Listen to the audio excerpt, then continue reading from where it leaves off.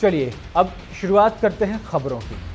Monsoon सत्र के दूसरे दिन आज संसद में भारी हंगामे की वजह से लोकसभा और राज्यसभा की कार्यवाही शुरू होते ही पहले 12 बजे और फिर 2 बजे तक के लिए स्थगित हुई।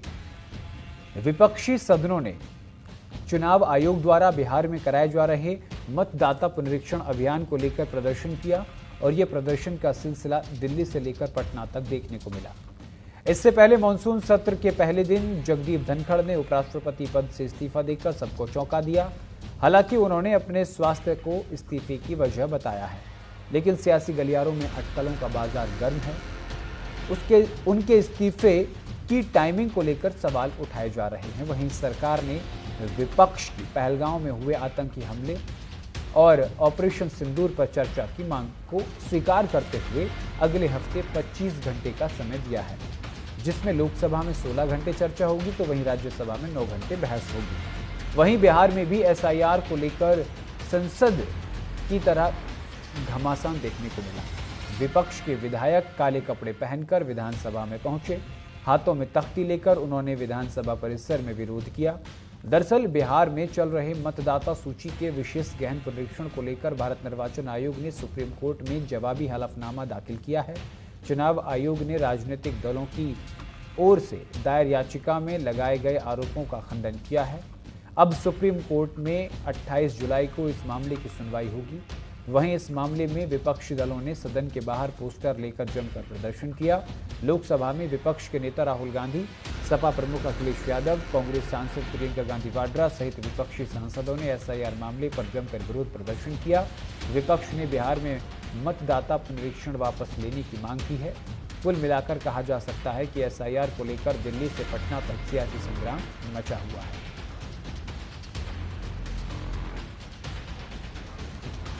तो चलिए अब आपको एसआईआर को लेकर केंद्र से लेकर राज्य तक किस तरीके की प्रतिक्रियाएं वो सुनवाते हैं। असली वोटर है उनको काटना और फर्जी वोटर को जोड़ना ही एसआईआर है।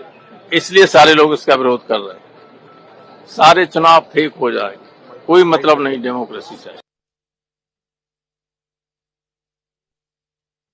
बिहार में चुनाव आयोग ने फैसला लिया आनन फानन में एसआईआर कराने का। इसको लेकर के हम लोगों ने कई बार आपत्ति जो है चुनाव आयोग को, चाहे दिल्ली में हो या बिहार पटना में हो, हम लोगों ने आपत्ति दर्ज की, सलाह दिया, लेकिन कोई नतीजा जो है नहीं निकल पाया। लोगों में कंफ्यूजन है और किस तरीके से चुनाव आयोग का पूरा प्रोसेस जो है, कितनी गड़बड़ियां हो रही है। बिना वोटर के ही जो बीएलओ जो है फॉर्म साइन करके अंगूठा लगा के अपलोड कर रहे हैं। 11 ऐसे डॉक्यूमेंट्स हैं जो गरीबों के पास नहीं है। भारत के संविधान और चुनाव के कानून के मुताबिक वोट कौन कर सकता है? जो भारत का नागरिक है। तो इसकी अगर थोड़ी जांच होती है तो इसमें परेशानी क्या है? वोट कौन कर सकता है? जो अपने क्षेत्र में ऑर्डिनरली रेसिडेंट हो, रहता हो, तो वहां रह रहे हैं, नहीं रह रहे हैं, इसको देखने में क्या दिक्कत है? और तीसरी बात, मैं बिहार से आता हूं, वहां का सांसद हूं। बिहार के अररिया, किशनगंज, पूर्णिया में 125% आधार कार्ड बन गया है पॉपुलेशन से अधिक।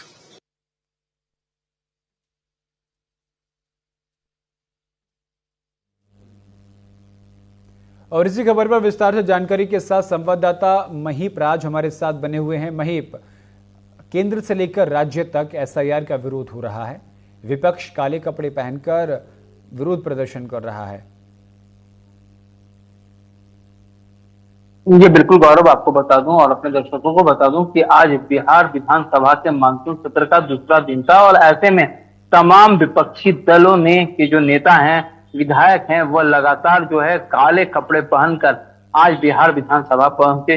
11 बजे से कार्रवाई शुरू होती है, लेकिन सारे जो विपक्षी विधायक है वो 10 बजे पहुंच गए थे और उनके हाथों में तख्ती थी। नीतीश कुमार हाय हाय, एनडीए गवर्नमेंट हाय हाय, और साफ तौर पर कहा गया था कि विशेष मतदाता गहन पुनरीक्षण कार्यक्रम वापस लो का जो नारा था वह लगातार लगाया जा रहा था। और सबसे दिलचस्प बात यह है कि जब विधायक 1:30 बजने के बाद, 11 बजे के बाद जब वो विधानसभा के अंदर पहुंचते हैं तो लगातार वो हंगामा करते हैं, नीतीश कुमार हाय हाय के नारे लगाते हैं और इन सबों के बीच जब एसआईआर को लेकर कोई भी बात नहीं बनती है तो जो तमाम विपक्षी विधायक हैं वो बेल में पहुंच जाते हैं और उन्होंने जो वहां मेज रखी रहती है जिस पर लोकसभा की जगह विधानसभा के अध्यक्ष हैं उनके जो अधिकारी बैठते हैं उनकी टेबल को भी पलटने की कोशिश करते हैं और साथ ही साथ उनके कुर्सी को उठाकर हवा में लहराते हुए दिखते हैं।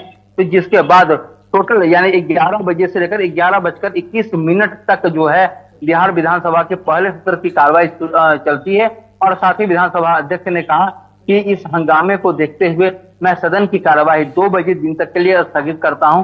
फिर जैसे ही लंच आवर के बाद विधानसभा की कार्रवाई। यहां सबसे बड़ा सवाल यह है जी करो कि जो एसआईआर मुद्दा है वो अब सिर्फ बिहार की राजनीति तक सीमित नहीं रह गया है। लोकसभा राज्यसभा का सदन भी चल रहा है मानसून सत्र, हालांकि आज भी स्थगित हो गया कल दोपहर 11 बजे तक के लिए, लेकिन उसमें भी विपक्षी सांसद और बिहार में विपक्ष लगातार एसआईआर का विरोध कर रहे हैं। दरअसल विपक्ष की मांग क्या है, चाहता क्या है? ये बिल्कुल विपक्ष की मांग साफ तौर पर है। जिस तरह से वोटर मतदाता पुनरीक्षण कार्यक्रम के तहत जो भी गैर बिहारी हैं जो बाहर से आए हुए हैं जैसे बांग्लादेशी हो गए, रोहिंग्या हो गए या अदर्स जो नेपाली हो गए वो बिहार में आकर बस रहे हैं। और आपने अभी थोड़ी देर पहले रविशंकर प्रसाद की बाइट भी सुनी थी जो उन्होंने स्पीच दिया था कि इन सीमांचल के एरिया में यानी 100 जो ओरिजिनल वोटर है उनसे ज्यादा ही आधार कार्ड और वोटर आई कार्ड बन गए हैं और लगातार 125% से अधिक आवासीय प्रमाण पत्र बनाने के लिए जो है वो अर्जी डाली गई है।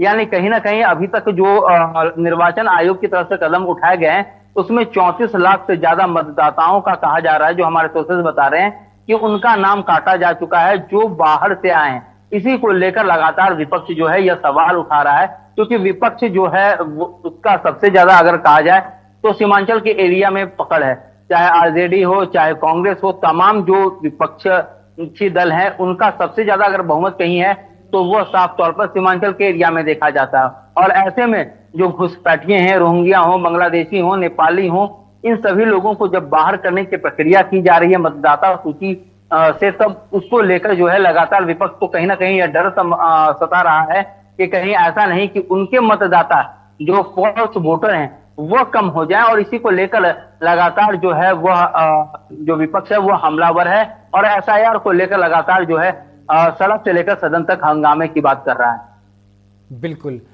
यहां एक सबसे बड़ा सवाल यह भी है महिब कि एसआईआर में वो सरल पद्धति चाहते हैं, परेशानी फिर भी वही आएगी, कागज तो दिखाने होंगे, गणना तो होगी, तो फिर किस तरीके की सरल पद्धति चाहते हैं विपक्ष?